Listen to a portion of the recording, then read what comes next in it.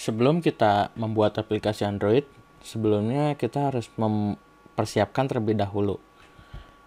Persiapan yang harus dipersiapkan adalah tools-tools yang akan digunakan ya. Tools-tools yang digunakan di sini bermacam-macam ya. Tapi yang utama adalah pertama Android Studio. Dan Android Studio membutuhkan JDK 7 atau lebih. Jadi JDK 8 juga bisa. Nah, kedua kita butuh device untuk testingnya ya. Maksudnya software atau device Androidnya ya. Jadi pilih salah satu antara menggunakan Android emulator. Android emulatornya ada dua ya. Pertama bisa yang bawahan Android Studio atau Android Virtual Device atau yang disebut AVD. Ada yang kedua adalah Genymotion ya. Itu salah satu alternatif untuk menjalankan emulator Android. Dan yang satu lagi bisa menggunakan device Android langsung. Jadi nanti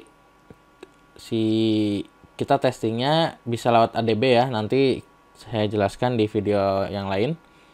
Dan bisa juga menggunakan Visor sebagai pembantunya ya.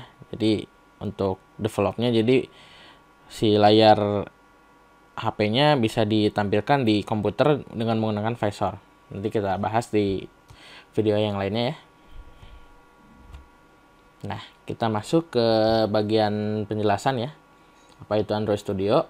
Android Studio adalah sebuah IDE atau Integrated Development Environment untuk pengembangan aplikasi di platform Android. Dan sama seperti kombinasi antara Eclipse dan Android Developer Tools yang sebelumnya itu sebelum Android Studio jadi menggunakan Eclipse ya di tahun-tahun sebelum 2014-an ya. Jadi sekarang udah menggunakan Android Studio.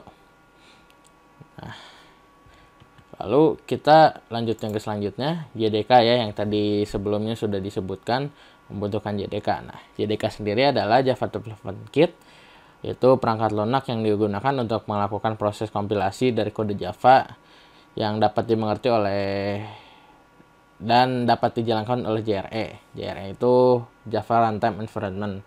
Jadi kode Java kita nggak langsung di compile di ini gitu. Jadi sebelumnya harus di ini dulu, di kompilasi terlebih dahulu, di compile dulu gitu menggunakan JDK ini. Nah, JDK ini wajib terinstall ya dalam komputer Anda. Kalau misalnya Anda mau menginstal Android Studio, harus menginstal JDK terlebih dahulu. Kalau nggak install nanti bakal minta install terlebih dahulu. Jadi nggak akan bisa install kalau nggak bisa install JDK. Nah, kita lanjut ke selanjutnya ya, Genymotion. Nah, Genymotion sendiri adalah sebuah aplikasi emulator Android yang dimana kamu bisa menjalankan aplikasi Android di komputer kamu ya. Genymotion memiliki performa yang cepat ya. Jadi Genymotion ini performanya lebih cepat dibandingkan Android emulator bawaan Android Studio. Jadi kalau misalnya develop menggunakan ini bisa lebih cepat ya. Nah, jadi Genymotion ini merupakan solusi selain Android emulator bawaan Android Studio. Selanjutnya yaitu Visor. Visor ini adalah sebuah aplikasi untuk menampilkan layar smartphone Android hanya dengan menggunakan kabel data USB. Jadi hanya dengan kabel USB ya, dengan nanti Visor ini menginstal aplikasi ke handphone Anda, nanti langsung bisa menampilkan layar handphone di komputer Anda. Nah, jadi Visor ini bisa membantu proses development Anda ya.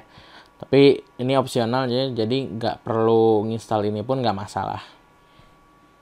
Nah, masuk ke sistem requirement-nya. Pertama, minimal Anda harus menggunakan Windows 7 ya. Ya, sekarang sih udah rata-rata komputer udah pakai Windows 7. Windows 10 juga bisa, dan sistem operasinya 32 atau 64 bit. Saya sarankan untuk 64 bit karena lebih ini aja ya, lebih cepat mungkin. Dan RAM-nya bisa lebih dari 4 GB gitu kalau misal pakai 64 bit. Dan RAM di sini Android Studio butuh 2 GB RAM minimalnya. Rekomendasinya 4 GB dan lebih baik kalau misalnya punya RAM-nya 8 GB. Karena untuk emulatornya sendiri kalau misalnya Anda pakai emulator harddisknya butuh 400 MB, enggak ya mungkin sisakanlah 2-3 GB lah ya. Soalnya kan untuk emulator sendiri memakan space juga nih, kurang lebih 1 GB. Jadi setiap emulatornya kalau nggak salah 200 atau 300 MB lah ya. Jadi siapkan aja, jangan terlalu sempit gitu harddisknya. Resolusinya minimal 1280 x 800. Untuk resolusi mungkin nggak terlalu masalah ya, karena laptop atau komputer sekarang layarnya sudah sampai 1366 x 768 ya, jadi cukup lah. Tapi lebih baiknya bisa lebih besar gitu, karena emang untuk IDE-nya sendiri si Android Studio-nya mungkin agak memakan tempat juga ya. Dan tadi yang sudah jelaskan, butuh Java Development Kit minimal yang versi 7. Nah, ini yang terakhir yang harus diperhatikan adalah kalau misalnya Anda menggunakan prosesor Intel, ini akan sangat membantu untuk development-nya, karena emulatornya sendiri berjalan menggunakan teknologi ini ya, Intel VTX yang ada di sini.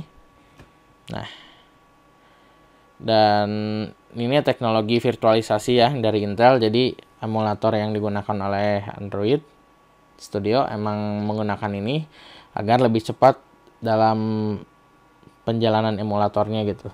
Tapi kalau misalnya nggak pakai prosesor Intel, ada beberapa saran ya yang saya sarankan untuk prosesor AMD, karena nggak jalan ya. Jadi kalau misalnya Anda menjalankan emulator di prosesor AMD, itu akan langsung keluar error ya. Nanti saya akan perlihatkan. Nah, dan sarannya saya yaitu bisa menggunakan Genymotion, atau nanti ada beberapa ini ya step lagi yang mungkin Anda harus download lagi. Jadi emulatornya nggak pakai yang x86 tapi yang pakai ARM. Itu nanti saya akan perlihatkan juga. Tapi untuk pengguna Intel juga Anda bisa pakai Genymotion gitu. Misalnya kalau misalnya nggak puas pakai yang Android emulator, bisa juga pakai Genymotion karena hampir sama lah ya. Kayak gitu. Dan saran saya yang satu lagi, mungkin untuk testing yang lebih mudah, saya menyarankan Anda untuk langsung menjalankan aplikasinya lewat smartphone.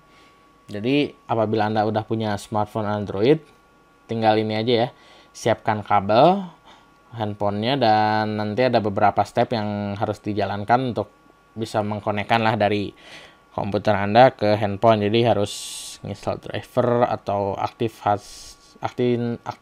ini USB debugging maksud saya. Nah, itu.